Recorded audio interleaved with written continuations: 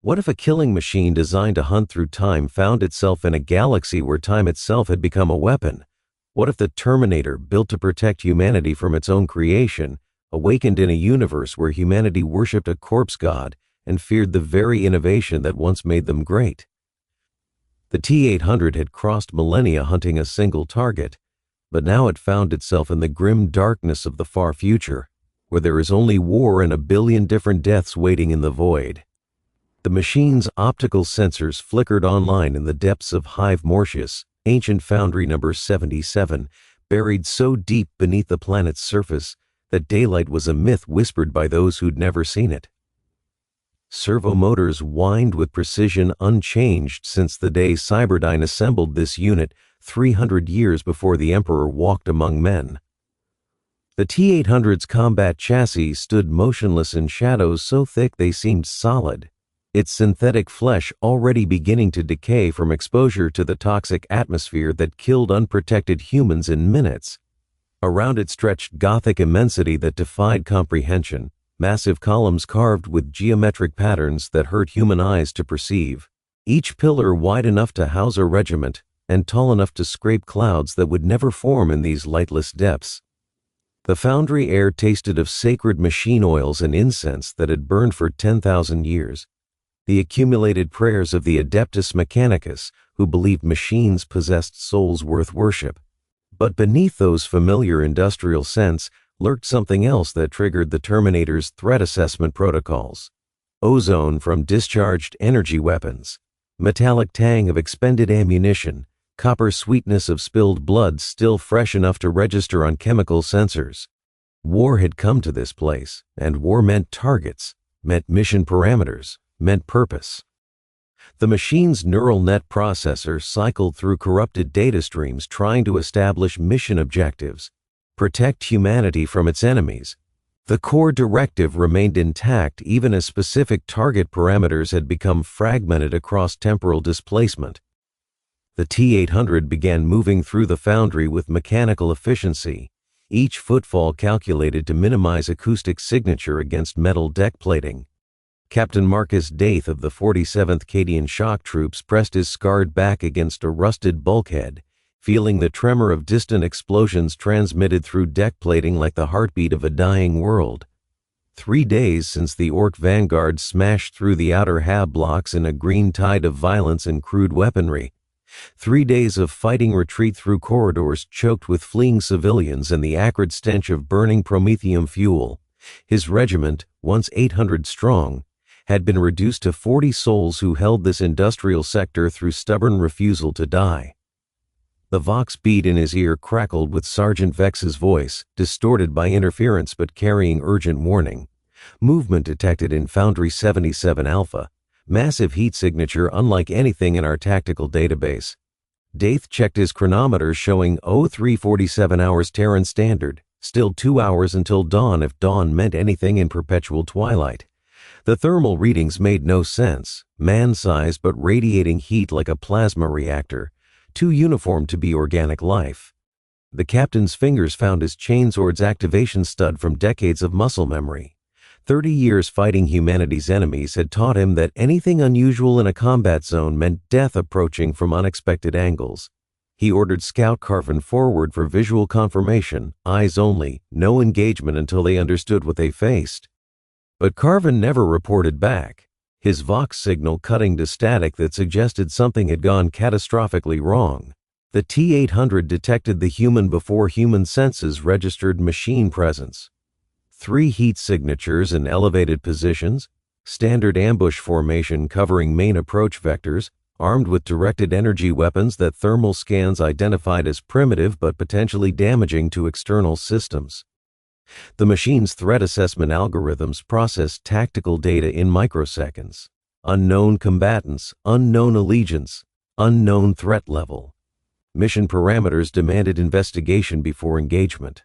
Scout Carvin had chosen his Overwatch position with the skill that kept him alive through 3 campaigns, crouched behind a massive gear assembly providing clear sight lines down the foundry's central aisle. Through magnocular lenses he tracked the approaching figure, initially reading as human silhouette but wrong in subtle ways that triggered primal warning instincts. too tall, too broad, moving with mechanical precision that belonged to servitors, not living soldiers. He activated his vox with a whisper barely sufficient to trigger the pickup. "Command, this is Carvin. I have eyes on target, and by the Emperor's throne, what is that thing?" The figure stepped into a pool of light cast by overhead lumens, and Carvin's breath caught in his throat. Pale synthetic flesh stretched over impossibly regular features like a death mask worn by something pretending at humanity. But the eyes burned with crimson fire, sweeping back and forth with predatory intent that made his skin crawl. Those burning eyes snapped toward his position with inhuman speed. The T-800's targeting system locked onto the scout's heat signature in 0.3 seconds. Threat assessment calculating armed human in elevated position actively observing. Classification uncertain, insufficient data for friend or foe determination. The machine's head tilted fractionally as conflicting subroutines warred within its neural net processor. Primary mission directive stated protect humanity from its enemies, but query remained, was this human an enemy? Analysis showed insufficient data. Solution required acquiring target for interrogation to establish allegiance parameters. The machine began moving toward Carvin's position, each step measured and inevitable as a falling guillotine. Behind its optical sensors, probability matrices calculated approach vectors, engagement ranges, casualty projections assuming standard human behavioral patterns. Prediction suggested the human would attempt flight, allowing the machine to intercept and restrain for questioning. But Carvin was Cadian-born, raised in the shadow of the Eye of Terror where cowardice meant extinction for entire bloodlines. Instead of running, Carvin shouldered his las rifle and painted the machine's center mass with a targeting beam that painted crimson across synthetic flesh. He whispered the Emperor's benediction and squeezed the trigger, sending a focused lance of coherent light burning across the foundry's darkness. The laser bolt struck the T-800's chest with a flash that briefly illuminated the entire chamber, ablating synthetic tissue and scoring the endoskeleton beneath. The machine staggered backward half a step, servos whining as gyroscopic stabilizers compensated for impact force. Damage assessment showed superficial tissue loss with combat effectiveness remaining at optimal parameters. The machine's head turned toward Carvin's position, and for the first time in 10 millennia, something approximating surprise flickered through its neural processing. The human had not fled despite clear threat disadvantage. Behavioral parameters updated. Classification changed from non-combatant to active threat. Response protocol initiated. The T-800 moved with liquid speed that defied its massive frame, covering 30 meters in seconds that seemed impossibly compressed. Carvin managed 2 more shots before the machine reached his position, each laser bolt burning away more synthetic flesh to reveal gleaming hyperalloy endoskeleton beneath. Then steel fingers closed around the scout's throat with pressure precisely calibrated to restrict airflow without crushing vertebrae. The machine lifted him effortlessly from his firing position, holding him at eye level while its optical sensors studied him with microscopic intensity. "State your designation," the machine demanded in a voice that combined perfect monotone with electronic distortion that made Carvin's teeth ache. "Are you an enemy of humanity?" The scout's fingers scrabbled uselessly at the iron grip crushing his windpipe, but he managed to gasp out an answer between desperate breaths. "Cadian 47th Shock Troops, defending this sector against xenos invasion." The T-800's optical sensors analyzed vocal stress patterns and biometric indicators, scanning for deception while its neural net processed new data. The corrupted mission parameters writhed through its consciousness like living things, offering contradictory assessments of threat versus ally. This human claimed to defend humanity, but defend against what threats? From which enemies? The machine's electronic voice carried no emotion as it demanded clarification. "Define your enemy." Carvin wheezed the answer past crushed airways. "Orks, greenskins coming through the outer habs, trying to overrun this sector." New information flooded the machine's threat assessment matrices. Orks identified as xenoforms, hostile to humanity, confirmed enemies by any logical analysis available in corrupted databanks. This human fought against humanity's enemies, Therefore, this human served mission objectives by default. Classification updated from threat to ally, response protocol shifting to release and assist. The T-800 set carven down with mechanical precision, stepping back as the scout collapsed to his knees gasping for breath and massaging his bruised throat. "Your enemies are my enemies," the machine stated with absolute certainty that brooked no argument. "I will assist in their elimination." Before Carvin could formulate a response, the thunder of explosions echoed through the foundry's vast spaces. Emergency klaxons began wailing throughout the industrial complex, their harsh electronic screams joined by the distinctive guttural roar that every Imperial soldier knew and feared. The Orks had arrived in force, their savage war cries preceding them like a wave of violent promise. Captain Daith's command squad took cover behind a massive conveyor assembly as the first greenskin mob poured into the foundry like a green avalanche.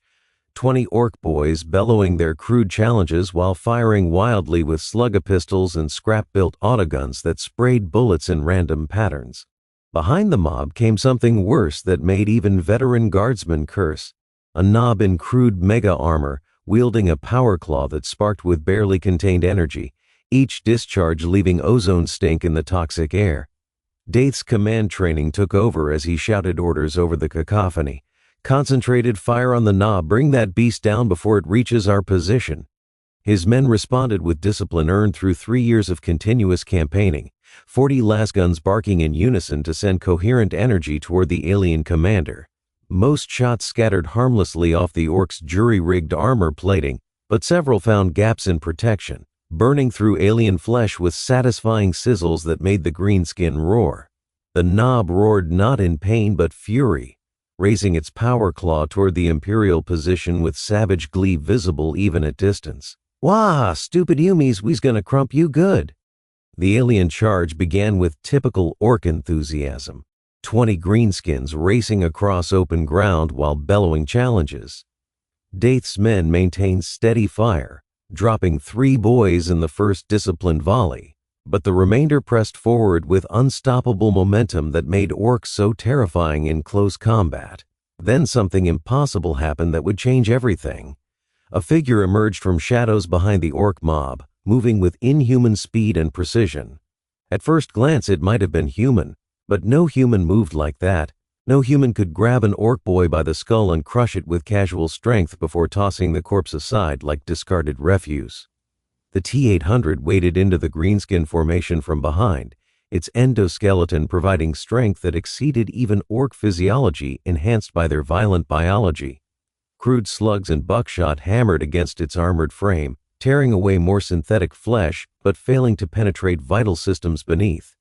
The machine's optical sensors tracked each target with mechanical precision, calculating optimal elimination sequences while servo motors drove its movements. An Ork boy with a massive chopper swung the crude blade toward the machine's head in an overhead arc. The T-800 caught the weapon's haft in one steel hand, twisted with servo-enhanced strength, and sent the disarmed alien staggering backward minus its weapon. Before the Ork could recover, the machine's other hand punched through its ribcage, hydraulic pistons driving steel fingers through alien flesh and bone to crush the primitive heart within. Target eliminated, the machine announced to itself in electronic monotone, discarding the corpse and turning toward the next threat with mechanical efficiency. The Ork knob noticed the carnage in his rear ranks with the battlefield awareness that made him a leader among greenskins. With typical Ork logic, he abandoned his charge toward the Imperial position and wheeled around to face this new challenge, power claw crackling with energy. The knob bellowed at the metal figure standing among his dead boys. "Oi, you ain't no Umi. What are you supposed to be, metal boy?" The T-800's head turned toward the alien commander with mechanical precision, optical sensors analyzing threat parameters. Size 2.3 meters, estimated mass 180 kilograms. Weapons identified as crude melee implements, and 1 energy discharge device. Armor improvised plating with multiple structural weaknesses. Threat level assessed as moderate. The machine's response came in perfect calm electronic tones. "I am a Terminator. Your existence is incompatible with my mission parameters." The knob's crude features twisted into what might have been confusion or amusement. It was hard to tell with greenskins. Terminator? Never heard of you, but I'm going to enjoy crumping you proper. The alien lunged forward with surprising speed for something so massive, power claw descending in a crackling arc, but the T-800 had already calculated the attack vector with microsecond precision. It sidestepped the blow with mechanical grace, grabbed the knob's extended arm, and used the alien's own momentum to drive him face first into the Foundry's deck plating. The impact sent shockwaves through the metal floor and raised a cloud of rust particles, but the Ork was far from finished. He rolled to his feet with typical greenskin resilience, blood streaming from his squashed nose, and swung the power claw in a horizontal slash aimed at the machine's torso. This time the energy field found its mark, raking across the Terminator's chest and sending sparks cascading from severed power cables. The T-800 staggered backward as damage assessment warnings flooded its consciousness. Primary power coupling compromised, backup systems engaging, combat efficiency reduced to 78%. But mission parameters remained absolutely clear. Damage noted. The machine stated in unchanged monotone, advancing on the wounded Ork with mechanical inevitability, proceeding with target elimination. What followed was less battle than exercise in applied physics. The Terminator moved with relentless precision, each strike calculated for maximum damage against biological targets. When the knob swung his power claw, the machine ducked under the blow and drove steel fingers into the alien's knee joint, hydraulic pressure shattering bone and cartilage with audible cracks. When the Ork staggered from the crippling blow, the T-800 grabbed his head in both hands and twisted with servo-enhanced strength. The crack of breaking vertebrae echoed through the Foundry like a gunshot announcing death's arrival. Captain Daith watched the alien commander collapse in a heap of twisted metal and lifeless flesh, then slowly emerged from cover with his lasgun trained on the strange figure standing among Ork corpses. His men followed his lead, forming a loose semicircle around the machine that had just slaughtered an entire Ork mob single-handedly. "Stand down," Daith called out, his voice carrying the authority earned through 3 decades of command. "Identify yourself immediately." The machine turned toward him with that same mechanical precision, crimson optical sensors sweeping across the Imperial formation. For a moment, Daith felt like a specimen under examination, every weakness and strength being cataloged with inhuman thoroughness. "I am Cyberdyne Systems Model 101 Series 800 Terminator," the machine replied in tones that carried no pride or boast, merely statement of fact. "My mission is the protection of humanity through the elimination of its enemies." Daith's scarred features creased in confusion at words that made no sense. "Cyberdyne Systems? Never heard of them. What Forge world claims you?" The T-800's head tilted fractionally as it processed the question, triggering fragmentary data clusters in corrupted memory banks. The term Forge world created cascading echoes of different reality bleeding through whatever temporal displacement had brought it here. Images of red-robed figures tending massive machines in cathedral workshops, Gothic architecture filled with sacred oils and binary cant, streaming through data networks like digital prayers. "Unknown," the machine finally answered after processing delay. "Data corrupted during transit. However, combat protocols remain functional. I will assist in defense of this facility against hostile xenoforms."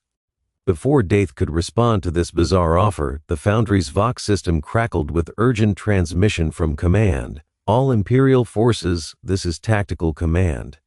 Massive Ork assault detected approaching Sector 7-7 from multiple vectors.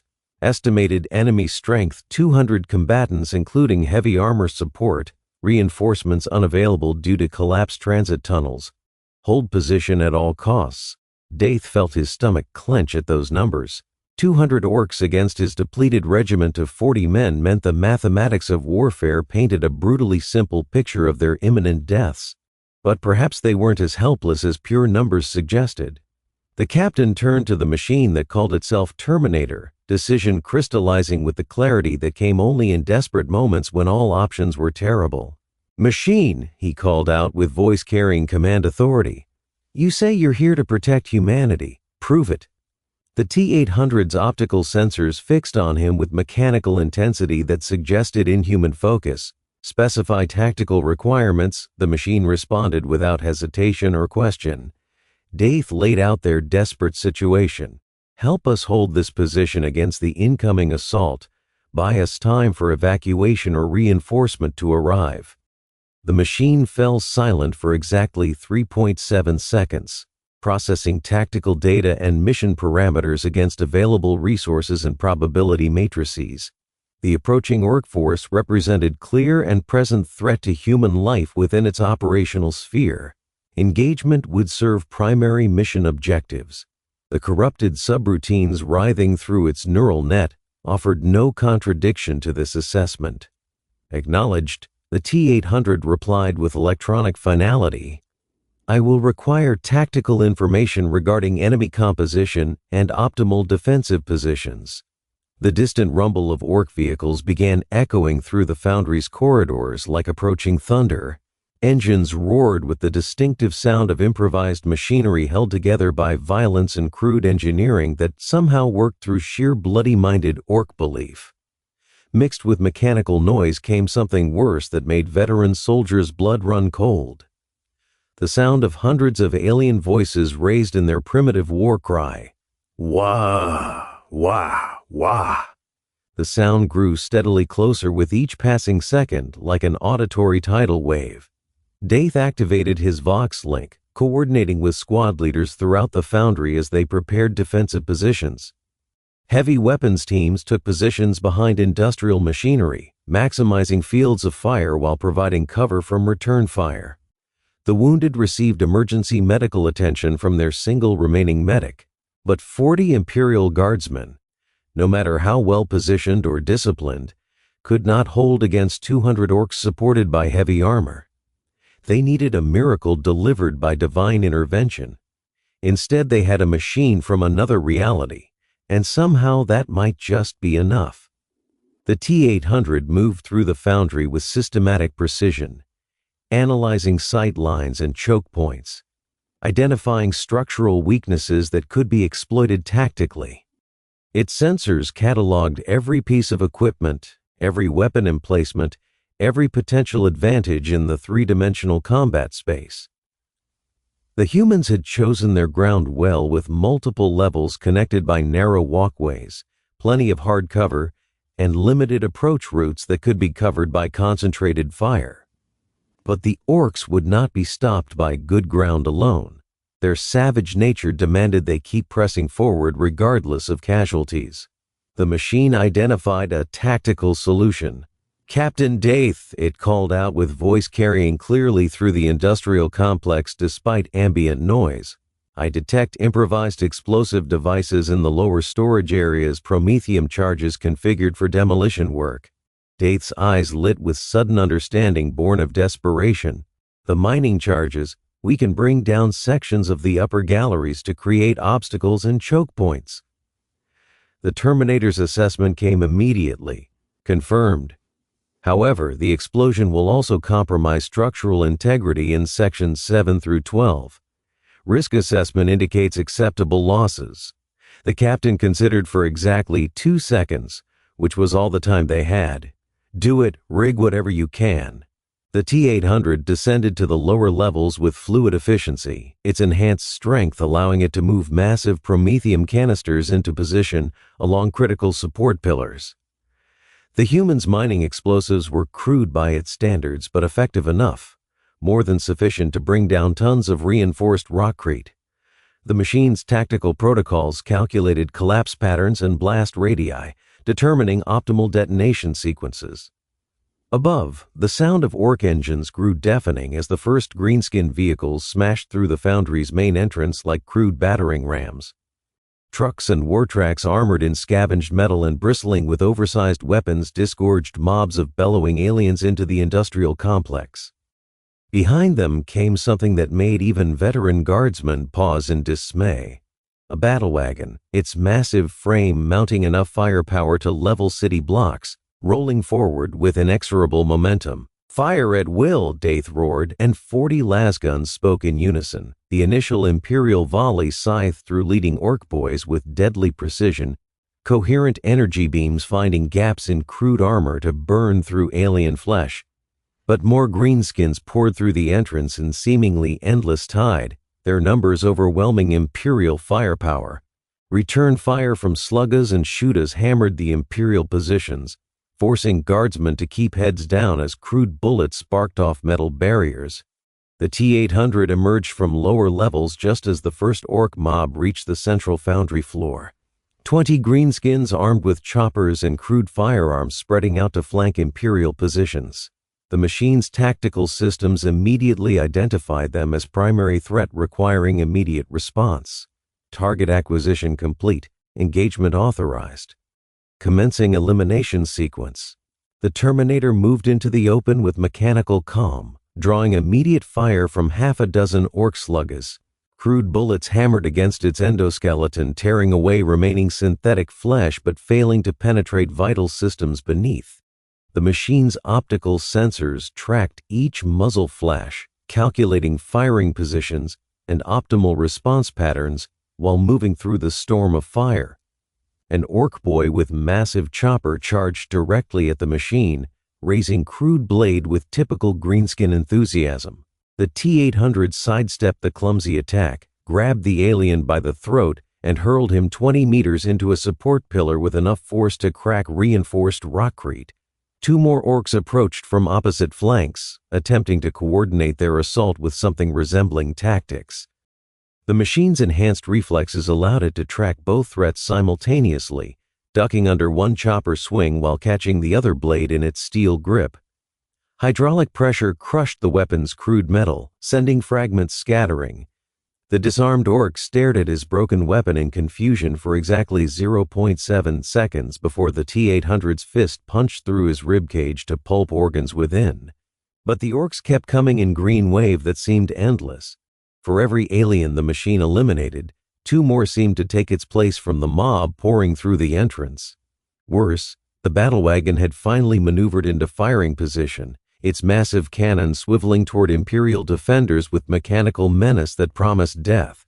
"Get down!" someone screamed just before the battle wagon's main gun spoke. The shell screamed across the foundry to strike a support pillar 20 meters from Daith's position, detonating in blast of fire and shrapnel. When smoke cleared, 3 of his men were down, bodies torn by flying metal. The remainder struggled to maintain disciplined fire as more Orks poured through the breach.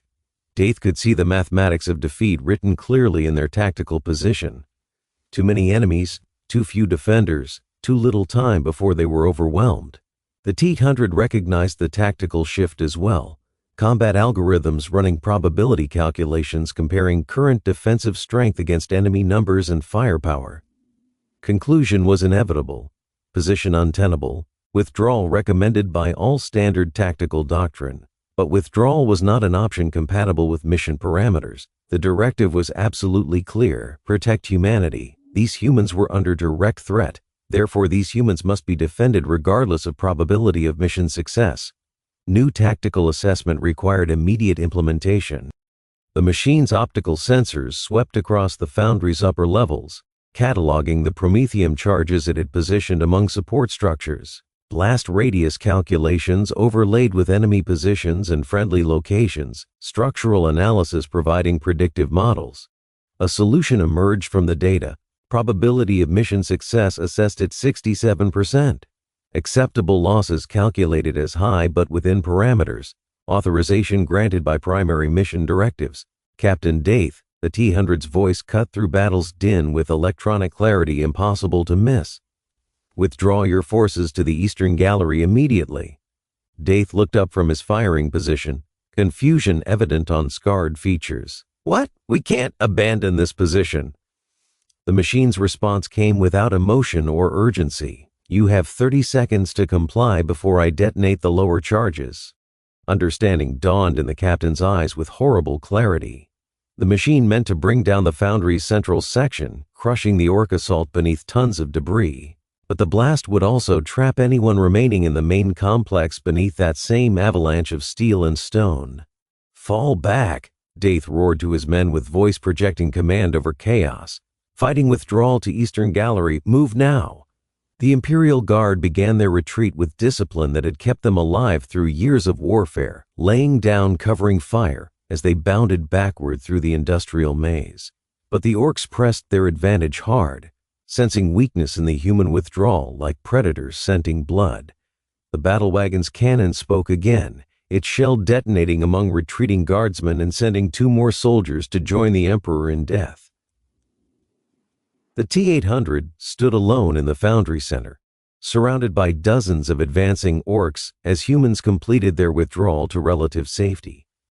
Slugger rounds and buckshot hammered against its frame, each impact registering in damage assessment systems.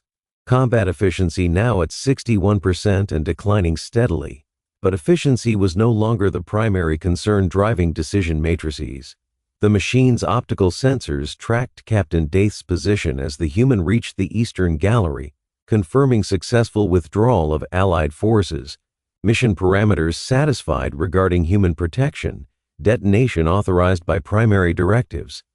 Hasta la vista, the T-800 said to the advancing Orks in phrase pulled from corrupted memory banks, though none of them understood the reference to a reality that never was. The explosion began in the lower levels where promethium charges detonated in carefully calculated sequence along critical support points. The Foundry's Gothic architecture, built to last millennia under the Omnissiah's watchful gaze, resisted the blast for 2.3 seconds before physics asserted dominance over faith. Support pillars cracked with sounds like breaking thunder, stress fractures racing through reinforced rockcrete like lightning seeking ground. Then the upper galleries began their inexorable collapse in avalanche of metal and stone. Thousands of tons of debris thundered downward, crushing Orks and machinery alike beneath weight. The battle wagon's crew had just enough time to register danger before their vehicle vanished beneath falling rubble, alien screams cut short by sounds of breaking stone and twisting metal. The T-800 calculated its own survival probability at 12% as ceiling fell toward its position. Not optimal parameters, but within acceptable range for mission completion. The machine's last coherent thought before darkness claimed it was simple mission status update. Primary objectives achieved. Human life preserved through acceptable losses. Silence settled over the Foundry like burial shroud over the dead. Captain Daith stood at the eastern gallery's observation deck, staring down at the massive pile of debris that had once been the Foundry's central section. Dust hung in the air like fog, illuminated by emergency lumens casting everything in hellish red light. Somewhere beneath those tons of stone and twisted metal lay remains of nearly 200 Orks, and one machine that had called itself a Terminator. Sergeant Vex approached with careful steps, his voice subdued by magnitude of what they'd witnessed. "Preliminary casualty counts, sir. We lost 7 men in the fighting, 12 more wounded, but the Ork assault has been completely eliminated." Daith nodded slowly, scarred features reflecting complex emotions of a soldier who'd witnessed something beyond his understanding. "And the machine?" Vex shrugged helplessly. "No idea, sir. Nothing could have survived under all that debris." But even as the sergeant spoke, something stirred beneath the rubble in defiance of logic and expectation. Servo motors whined as hydraulic pressure pushed steel fingers through chunks of rockcrete. Emergency power systems engaged deep within the machine's core, routing energy around damaged circuits and restoring minimal function to critical systems. The T-800's optical sensors flickered online, crimson light piercing darkness beneath the debris like eyes of some metal demon. Damage assessment showed extensive trauma throughout the frame. Left arm severed at shoulder joint, right leg compromised with mobility reduced 40%, cranial casing cracked exposing neural net processors to potential interference. But core systems remained functional enough, mission parameters still active in memory. The mission continued regardless of damage state. The machine began the slow process of digging itself out, each movement calculated to avoid further structural collapse that might trap it permanently. Its acoustic sensors detected human voices from above, confirming that at least some defenders had survived the blast. Mission parameters satisfied regarding human protection. New objective formulated. Assess further threats, adapt tactical responses as necessary to continue mission. It took the T-800 exactly 17 minutes to excavate itself from the debris, emerging from rubble like some metal revenant clawing its way back from the grave. Synthetic flesh hung in tatters from its endoskeleton, revealing gleaming alloy beneath. Sparks cascaded from damaged power couplings, and hydraulic fluid leaked from severed lines to pool on broken stone. But it stood upright. It moved with purpose. It functioned within acceptable parameters.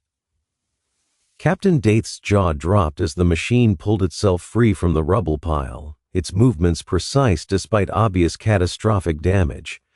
Around him, his men muttered prayers to the Emperor or whispered curses at whatever gods might be listening.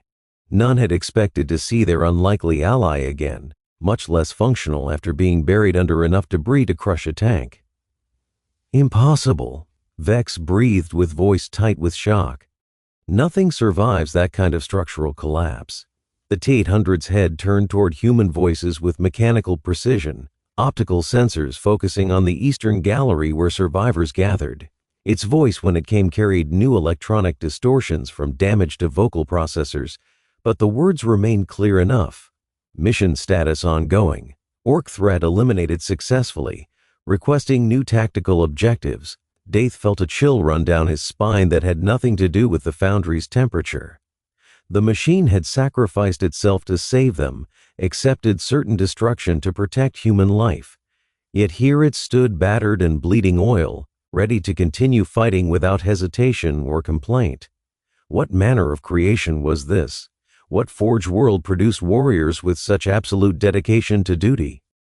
But before he could voice these questions, his Vox link crackled with incoming transmission that would change everything. Captain Daith, this is Colonel Marchek. We've received your situation report. Stand by for immediate extraction. Acknowledged command. But sir, I have something you need to know about. We've encountered an unknown combat unit here.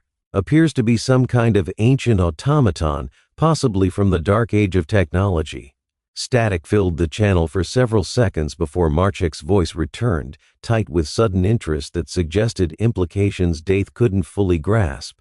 Did you say dark age technology, Captain? Affirmative, sir. The unit shows capabilities far beyond current Imperial specifications. I strongly recommend immediate Mechanicus consultation for study. Negative on Mechanicus involvement at this time. Maintain security around the unit until extraction arrives. And Captain, this conversation never happened officially. Imperial intelligence will handle the matter from here. The transmission cut with ominous finality, leaving Daith staring at his Vox link with growing unease. Imperial intelligence meant the Inquisition, and Inquisition involvement meant everyone connected to this incident would face scrutiny that few survived with mind and soul intact. Below in the rubble, the T-800 continued its self-diagnostic routine, unaware that it had already attracted attention of forces far more dangerous than any Ork invasion. Forces that would soon decide whether it represented salvation for humanity or damnation beyond measure. And in the darkness between stars, cold probability matrices suggested the answer would satisfy no one. The machine had been designed to protect humanity at all costs. But in this grimdark future, humanity's protectors might prove more dangerous than any enemy the Terminator had ever faced. The mission continued, but mission parameters were about to become far more complicated than simple target elimination. In the Imperium of Man, even salvation could be heresy.